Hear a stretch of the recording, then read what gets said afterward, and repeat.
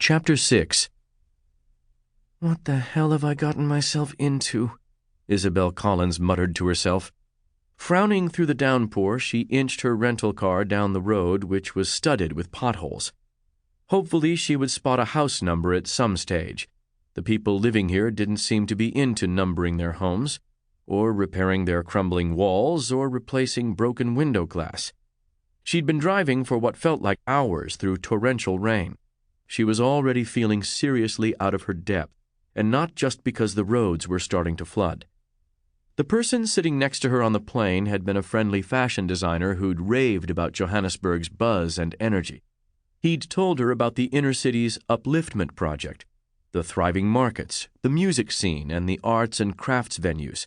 Then he'd written out a list of trendy bars and restaurants that she simply had to visit during her stay. But while she'd been waiting at baggage reclaim, she'd spoken to a grim-faced woman heading back to see her elderly parents. She'd been shocked to hear Isabel was traveling alone. She warned her that the country was going to the dogs. Crime was out of control in Johannesburg, and that her father had recently been robbed at gunpoint while walking across the road to the grocery store. Which one of them to believe? On arrival at O.R. Tambo International Airport, she'd been reassured by how modern, pristine, and efficient it was, bustling with a diversity of visitors. However, her confidence had evaporated as she'd left the airport and driven into the bleak outskirts of Johannesburg, with views of heavy machinery and mine dumps dimly visible from the highway. Now, the area where she was heading was far more run down than she'd expected. The housing ranged from dilapidated dwellings to tin-roofed shacks, the metal rattling and banging in the wind. Isabel reached a building with the high precast concrete wall that she assumed to be her lodgings. It was the only place she'd been able to find in the area, and now she could see why travelers' accommodations were so scarce. Fear simmered deep within her, and she tried to subdue it by humming to herself as she parked outside, pretending that everything was okay, that she was used to traveling alone in strange countries where violent crime was rife, that she hadn't made a huge error of judgment in coming here at all, which was confirmed by the fact that she'd not realized she was overnighting in a slum. The front door wobbled on its hinges. Its battered surface made her think someone had once tried to kick their way in. After she knocked, it was opened by an elderly woman in a gray smock. "Power's out," the woman muttered. Before Isabel could gather her thoughts, she'd handed her the key, opened her umbrella, and set off down the road. "Well, I'll bring my own bags in," Isabel shouted after her, angrily brushing water from her short blonde hair.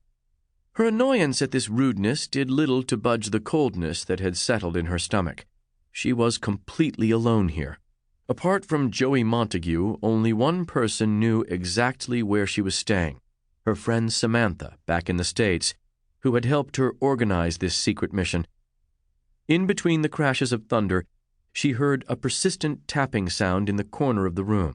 She discovered it was water, dripping down onto the tiled floor from a leak in the roof.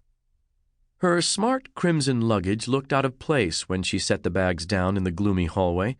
She locked the front door before taking them to the bedroom. Closing the bedroom door made the room even darker, but seemed like the safer option, even though it didn't have a lock. The place smelled dusty and disused, and she found her toes reflexively curling as she looked at the narrow single bed, with its dented mattress, gray pillowcase, and threadbare coverlet. "You are just a spoiled princess who's forgotten how most of the world lives," she chided herself. Since she'd met her husband 5 years ago, she'd only traveled in luxury, because Dave was a wealthy man. She'd become used to palatial accommodations, crisp white sheets, 5-star service. "We won't be able to afford those hotels for much longer unless I can work out what the hell's going on here," Isabel told herself. She unzipped the compartment of her bag and took out the notebook where she'd written the findings of her investigation. In the very front of it, she'd noted down the coordinates she needed. They were nearby. This was why she'd chosen these lodgings, and she took a deep, shaky breath at the thought that she was finally so close. She didn't need to look in her book because she'd memorized the coordinates. 26 degrees, 14 minutes, 48 seconds south,